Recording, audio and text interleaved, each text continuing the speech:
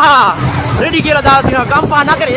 අන්න අතට ගම්පහ නගරය රෙඩි කියලා දාලා තිනවා. මෙන්න ජයවන්ත තරඟයේ අවසන් වර්ණමලි සූදානම්ෙන් ඉන්නේ ගම්පහ නගරය. ඒ වගේම කොළඹ ගම්පහ දිස්ත්‍රික් පාප සංගමයේ ලේකම්තුමා ප්‍රමුඛ නිලධාරි මහත්තු සියලු දෙනාම සූදානම්ෙන් මෙන්න ගම්පහ නගරයේ පාපදි තරඟය උණුසුම පියලෙන් එන උණුසුම තරඟකාරීත්වයේ උණුසුමයි මේ දෙකම එක්කව කරගෙන තරඟය මෙන්න වර්ණ ස්පෝර්ට් ක්ලබ් එක පසු කරමින් වර්ණ ඩීටී ස්පෝර්ට් ආයතනය පසු කරමින් අපි තරඟය නිමාවටයි එන්නේ. අපි තරඟකරුවන් ඉදිරියට යනවා.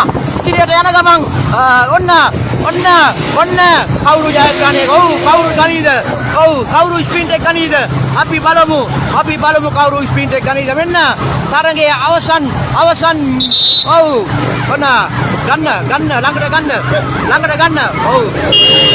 සාරංග පෙරේරා නැගිටලා උරේස්